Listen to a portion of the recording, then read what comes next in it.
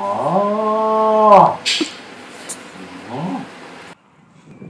evening, folks, and welcome to today's game show, Crave the Cow.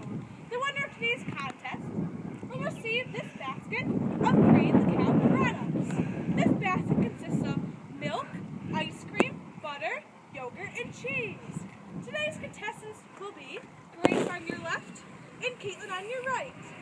The first question of today will be, how many times a day does a cow lay down and stand?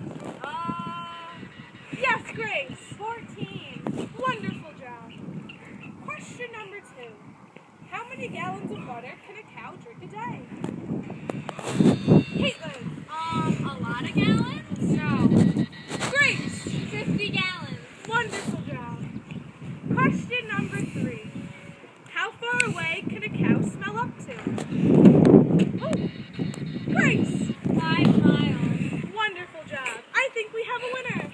Yay! Here is your basket of Crave the Cow products. I crave the cow!